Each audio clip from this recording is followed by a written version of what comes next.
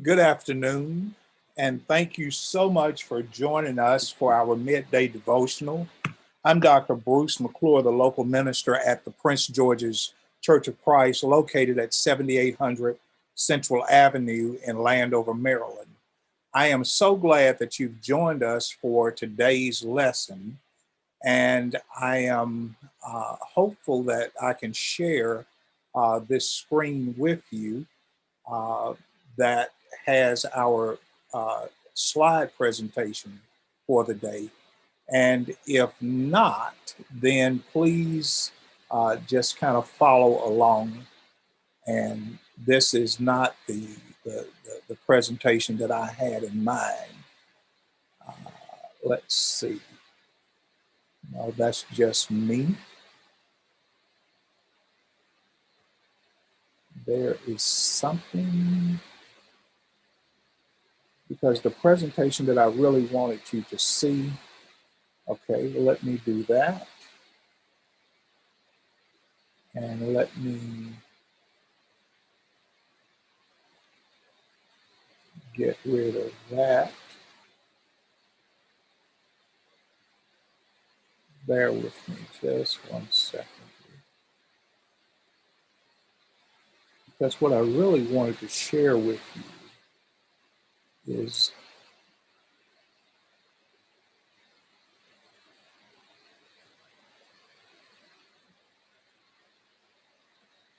okay, we'll just go with that.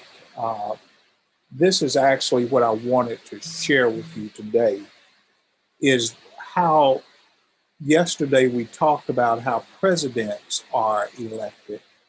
And working with new technology sometimes is a task all by itself. Uh, but a question came up yesterday, which I thought was an excellent question at the end of our broadcast about the Electoral College. And the question centered around, well, let's talk also about local politics and how local politics plays a role in what happens on a national basis. So I thought it was an excellent recommendation. So, what I've done today is prepared a presentation that deals with what is the significance, what is the relevance of having an understanding about local politics and the role that it plays in the whole election process. Because sometimes people do not realize that how you vote locally and those who represent us locally plays a tremendous role in what takes place on a national basis. This material that I'm going to present to you over the next few slides is from a publication called The Current from Southeastern University student paper located in Fort Lauderdale, Florida. And this article was written February of 2016. Now, apparently, unbeknown to most Americans, the actions of the president do not affect our everyday lives as directly as we may think it do. Now that the president is out front, but what really impacts us is everyday things. The president is not constitutionally responsible for communities. And what that basically means is the president, you may have noticed even with this corona situation, the president kept pushing back the decisions about how to handle it to the states and local communities. Uh, well, he's saying, I did my job. I sent the information, and now it's up to the locals to decide what they're going to do. But my hands are clean. And the truth of the matter is, his hands aren't clean. Uh, every day, states must take care of amenities and its own infrastructures, such as transportation, public schooling. The people who are elected in local elections have more impact and influence over citizens everyday lives than one might think. Now, that's important to recall. These people are accountable for almost everything the state is responsible for. The state controls, guess what? Your taxes. The state controls your welfare and your judiciary. And once a state law does not contradict the federal constitutional side of it, guess what? The federal government is saying, well, we're not going to get involved. As long as what the local jurisdictions do does not contradict what the federal government think they should do or what the federal constitutional laws say, the state can pass it. So the state mandates most of those laws that people are afraid to break, not the federal government. Let me continue. Therefore, according to the current newspaper, participating in local elections is supposed to be the most democratic aspect of American politics.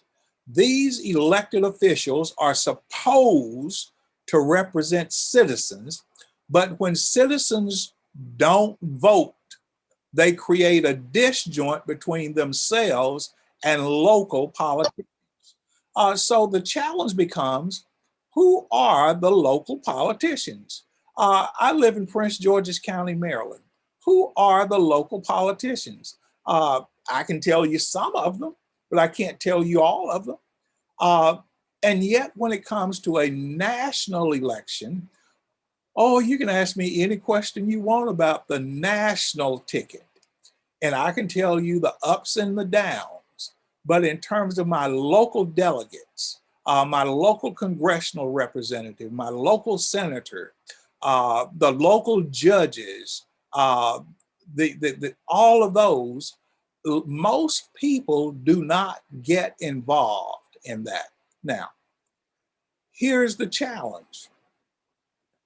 The local politicians are the buffer between what citizens want and how to get what they want done. So not voting in local elections is not only undemocratic, but it is also counterproductive. Local politics are important. Furthermore, not voting in local elections allow for small groups whose interests may not align with the majority to commandeer local politics. Taken together, smaller groups' interest becomes the only interest of the state. And if we're not careful, state politics, local jurisdiction politics, the citizens will become marginalized simply because the citizens did not get involved in the process. And again,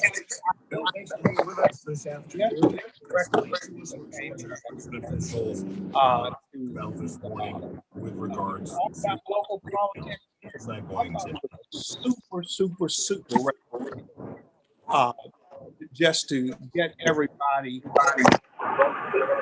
Now, if you're tuning in on Zoom, let me ask you to turn your audio down or mute it because I can hear it in the background.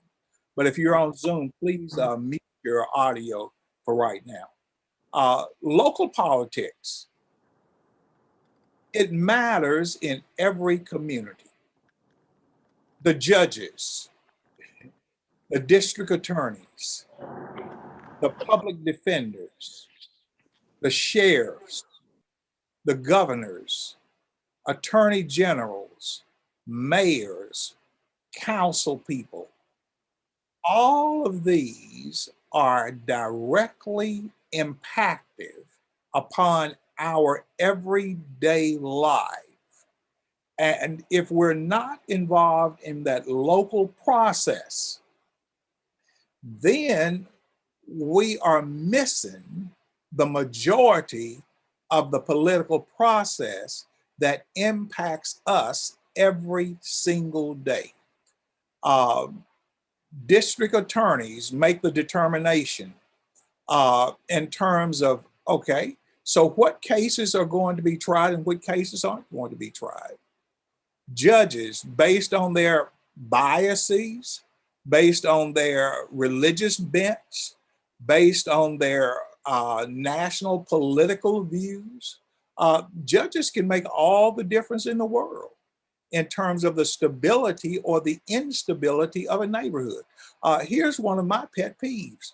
Uh, Sheriff departments or police departments, depending on who the police chief is and depending on who the sheriff is, did you not know that if the sheriff department or the police department does not get arrest warrants, drug dealers, molesters, thieves, crack houses, fencing places, who arrests these people?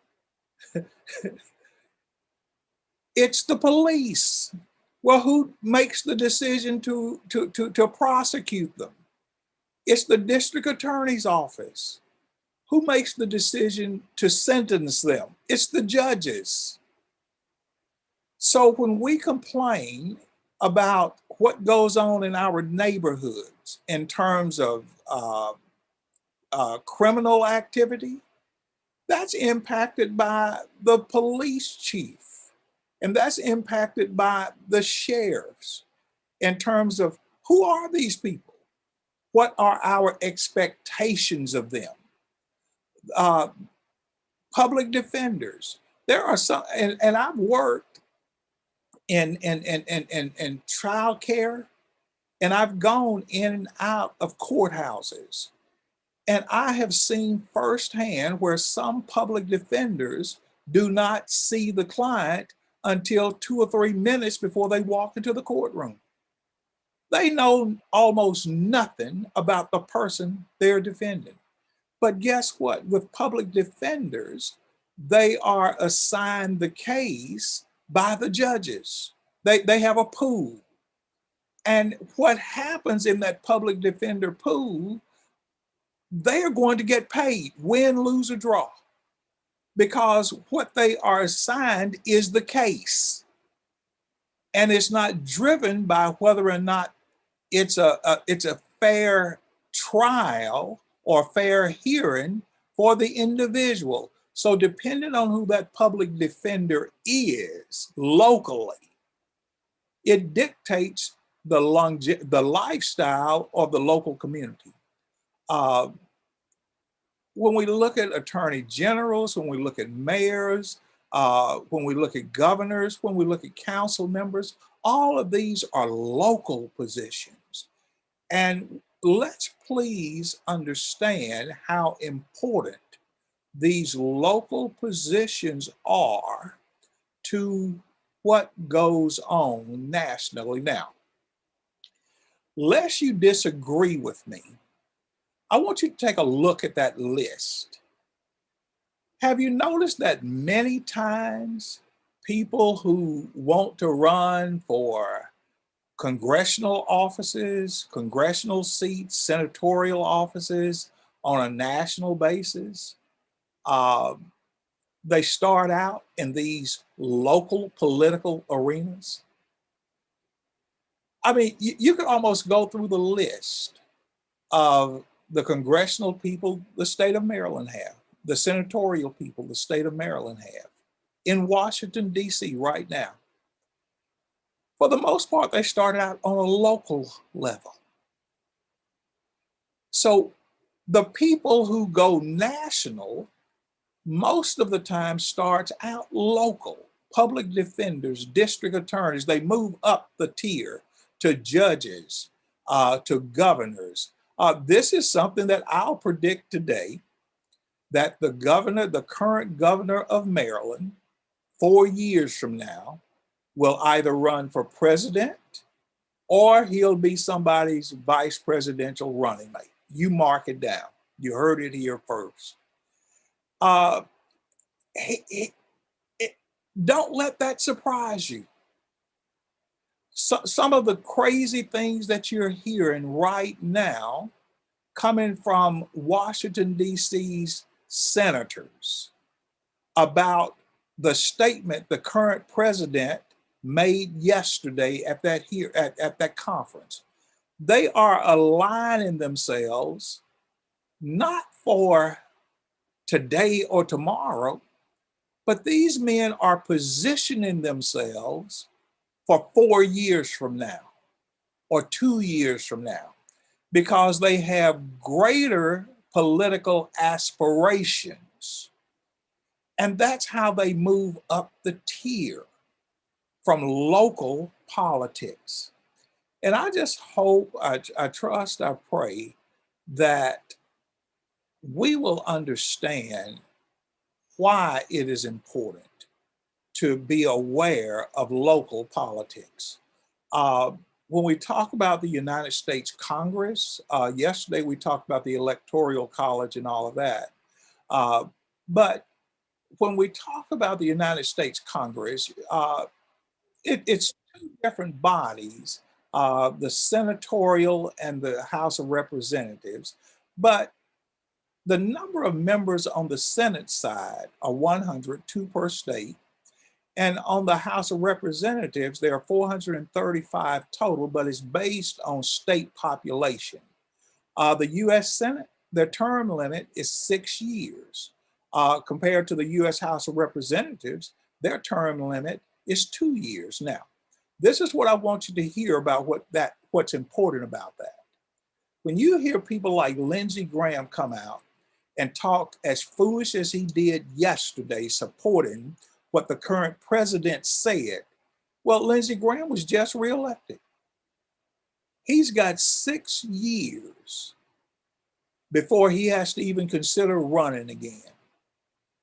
And in 6 years, in all likelihood, he'll be looking at retiring.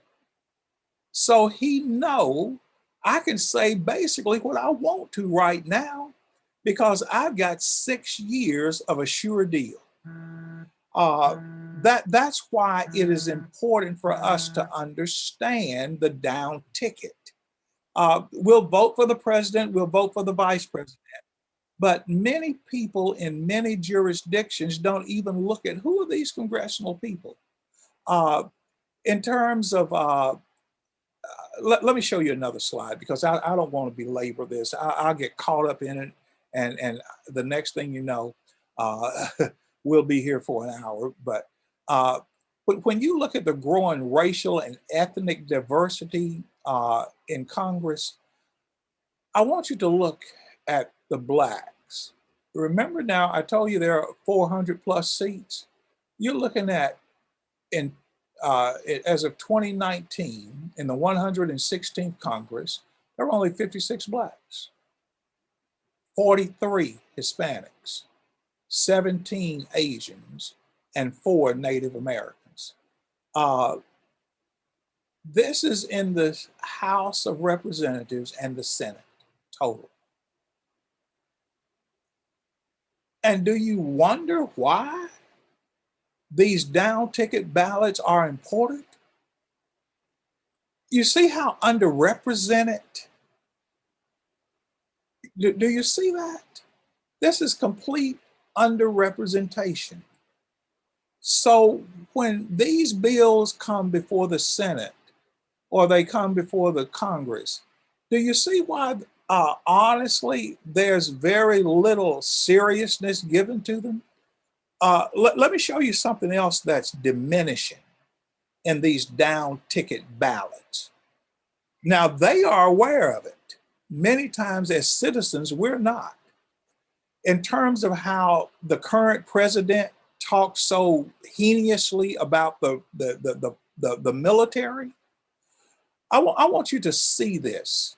In the 116th Congress in 2019, I want you to see a trend of how many people have been in the military compared to 1953.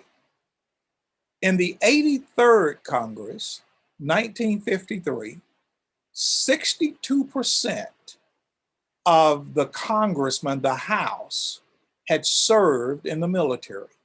74% of the Senate had served in the military, compared to in 2019, 19% of the senators and 18% of the congressional people have ever served in the Senate. Is there any wonder why there wasn't a total public outcry from Congress when the president said what he did about the military, when he said what he did about I forgot the name of the star, but where the soldiers die in combat and they get the gold star? Have you wondered why the Senate and the Congress didn't say this guy needs to go? Have you wondered why he hadn't said much, nor has the congressional people said much about when we found out that Russia was paying a bounty for the death of soldiers? It's here. Very few of those individuals have ever served in the military. And they don't have many family members serving in the president of the United States, the current president, he didn't serve, none of his children served. So they don't even have an understanding or an appreciation. But these are down ticket from the president that many times people don't understand.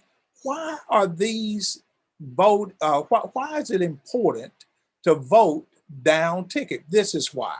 And the regard that we have for the military now, in terms of how the president sees it, and how Congress and the Senate, in terms of the Veterans Administration underfunded, in terms of how military people are treated when they come back, more and more less benefits. But you understand why. It's the down ticket people who basically don't have a real appreciation or understanding for what the American troops are doing. Let me give you one more illustration, and then I'll quit. Almost every member of Congress now holds a college degree. You say, well, Dr. McClure, that's a good thing. Well, it could be a good thing. It really could be a good thing. But there's a problem with the good thing. Only 34% of all Americans 25 and older have a bachelor's degree or higher as of the 2010 census. And yet, almost every member of Congress now holds a college degree. Compare that with 1945 and the 79th Congress. 56%, 75%. Compare that to 2019, almost 100%, 96% of the House and 100% of the Senate. Now, the bachelor's degree is the minimum. There are doctors with MDs, there are attorneys with JDs, there are people, researchers with PhDs, master's degrees. This is what I'm trying to get you to buy into. I don't know if I will or not. But these people who are now the educated people, many times take the people who are not as educated for granted. They're really not paying them a lot of attention. In fact, it goes back to the founding fathers concept, the Madison days, the Jefferson days of the formation of this country, is that the general public, the American population, the majority is not smart enough to govern. And they need this elite great class to govern for them. So in essence, what we have now is a Senate and a House who basically are saying once we can trick the general population of the uneducated, the uninformed, to vote for us, we are then going to do what we choose to do, and they can't do anything about it because we're going to keep convincing them that we're on their side. We're just like them. We come from where you come from. We live where you live. And that's not, it's really not the truth. So in essence, what happens is this elected group of down ticket people from the president ends up, once they're in Congress, basically ignoring the general population. Now, this is my pet peeve right here in Prince George's County. I live in Fort Washington. The only time I ever see Steny Hoyer is during an election campaign when he puts his name up on a poster. That's the truth. We don't do. When do you see your elected down ticket people? We don't. There's an assumption that once they're in, they forget about the people and their local needs. That's why it is so important to vote down ticket. Now, let me make this biblical for those who might be tuning in and say, well, I thought this midday devotional is supposed to be a Bible centered. It is a Bible centered. Basically, whatever I do, I try to make sure there's a Bible relevancy to it. Look at the book of Joshua, chapter 7, verse 15 through about verse 18. Remember, Moses is dead. Joshua takes the children of Israel across the Jordan River into the Canaan land. And then the children of Israel have to go out and fight their own battles because God has promised them the land, right? So the nation, Israel, is charged to go out and conquer the land, right? Joshua is their national leader. And Joshua is to lead them as a nation into battle, right? Well, something happens. They go out and they fight Jericho Falls. Then they go out and they're going to take Ai. Well, something happens. Let me begin reading at verse number 15. And it shall be that he that is taken with the accursed thing shall be burnt with fire. When they go out to fight against Ai, they lose the battle. The nation lose the battle. And he and all that he has must be destroyed because they've transgressed the Lord. Look at verse number 16. So Joshua rose up in the morning, bought Israel, the nation, by tribes. Those are the, let's call it the local states. And the tribe of Judah was taken. Now, this is important. The nation, the tribe, and the tribe of Judah is said, stand over here, we need to deal with you. And he bought the family of Judah, and he took the family of Zerah. So you've got the nation, the tribe, now the family, and he bought the family of the Zerah man by man, and Zabda was taken. Now you got households, and he bought his household man by man, and Achan the son of Carmah, the son of Zabda, the son of Zerah, of the tribe of Judah. Now watch what you just got. It went from the nation all the way down to the family, the local level. See, when we hear the phrase all politics are local, what you see in the book of Joshua chapter 7, verse 15 and following, God says, you disobeyed me as a nation, but it's going to impact you locally. So what you had taught locally, or what this family did locally, is going to impact the whole nation. That's what I want you to appreciate. All politics are local. And we as Americans must vote the whole ticket. We must hold everybody accountable. And we as Americans must everybody ticket. We must hold everybody. Makes sense. But Sister Green asked me to cover that. And I want her to know that I thought it was an excellent recommendation. And I just hope, trust, and pray that it has been informative to you.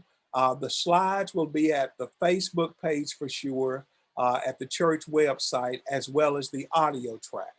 Um, and I just pray that as we go through the rest of this day and tomorrow, as a nation, that it will bless us moving forward into the future. And also our lesson today, I hope it motivates you to understand the importance of voting locally, voting the entire ticket. Because what happened in the days of Joshua, God says, no, this is a whole ticket situation. We can't just pick and choose our faithfulness. Let's pray together. Father, it's your grace, it's your mercy that keeps us. And I just pray today for this nation. I pray, Father, that because we call ourselves a nation under God, I pray, Father, that we will continue to move toward that ultimate goal of being godly, of being subjected to your directions instead of just individuals who have no regard or little regard for the welfare of mankind. Guide us through these days, protect each of us, protect those who are still trying to protect us from this COVID-19 pandemic. We love you, we praise you. Through Jesus, I pray. Amen. Again, thank you for spending time with us in the devotional. And we look forward to seeing you Sunday morning, 9 o'clock for Bible study, 10 o'clock for worship, especially if you've been socially distancing properly, and especially if you've not been in contact with anyone that has been exposed to the corona pandemic. Are there any questions or comments before we log off? Okay, God bless. Everyone still be safe. Oh, don't forget the family prayer. Oh, Jesus, we will there.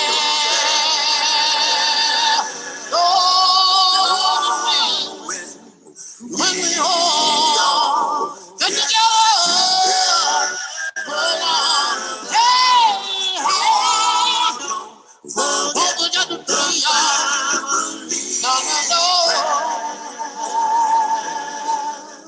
you know, prayer will sail across the ocean. I know it will. Prayer will bring your honor and son back home. Sure enough it will. I know prayer will help you love your enemy. Sure enough it will. I know prayer will teach you right from wrong. Yeah, Lord have mercy to save them. Family prayer. I know my Jesus. I know the Lord will. Yes, He will. He meets you right there. Oh, when we all get together.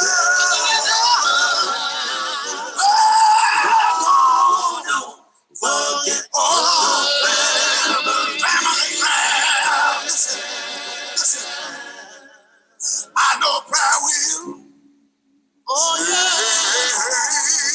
Across the ocean. Sure enough it will. Faster than a plane